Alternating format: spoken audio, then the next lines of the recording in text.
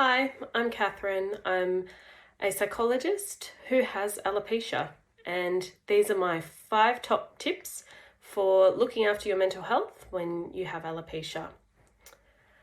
My first tip is to allow yourself to grieve. It's important to acknowledge that the loss of our hair is a significant life event, and therefore it's perfectly normal to go through a grieving process. You might feel difficult emotions like anger or sadness, and it's important to allow yourself to feel these emotions in order to hopefully get to a space of acceptance. My second tip is to be aware of the stories that you're telling yourself. When it comes to alopecia, like so many other things in life, we can be our own worst enemy.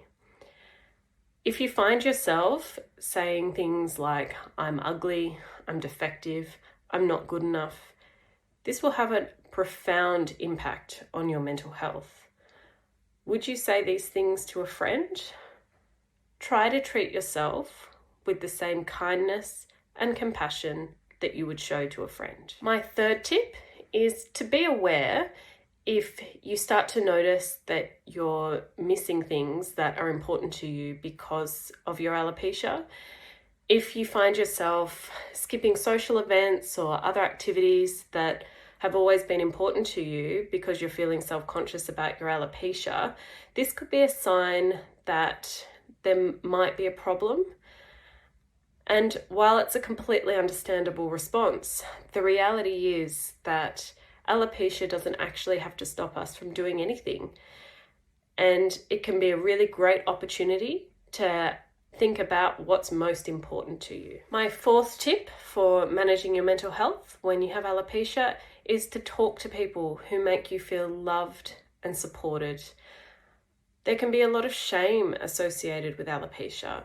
So by talking about it with those who make us feel good, this can help reduce that shame. And related to this, it's okay to be selective about who you choose to confide in. Sometimes other people might say things that are unhelpful, even though usually it comes from a really well-meaning place. But it's important that when you're looking after your mental health, that you choose people that make you feel good. You choose people that help you feel supported. You choose people that reduce that sense of shame that you might be experiencing. My fifth and final tip for supporting your mental health when you have alopecia is to be aware of when you might need to reach out for professional support.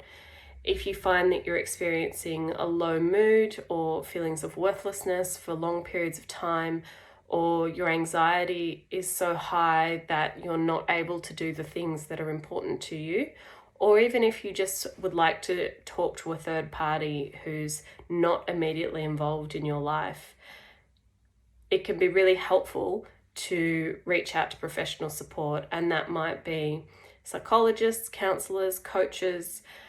It might be a local support group, but just be aware that there is support out there, and if you need to, you should reach out. Okay, that's all from me. I hope you found my 5 tips helpful. Bye for now.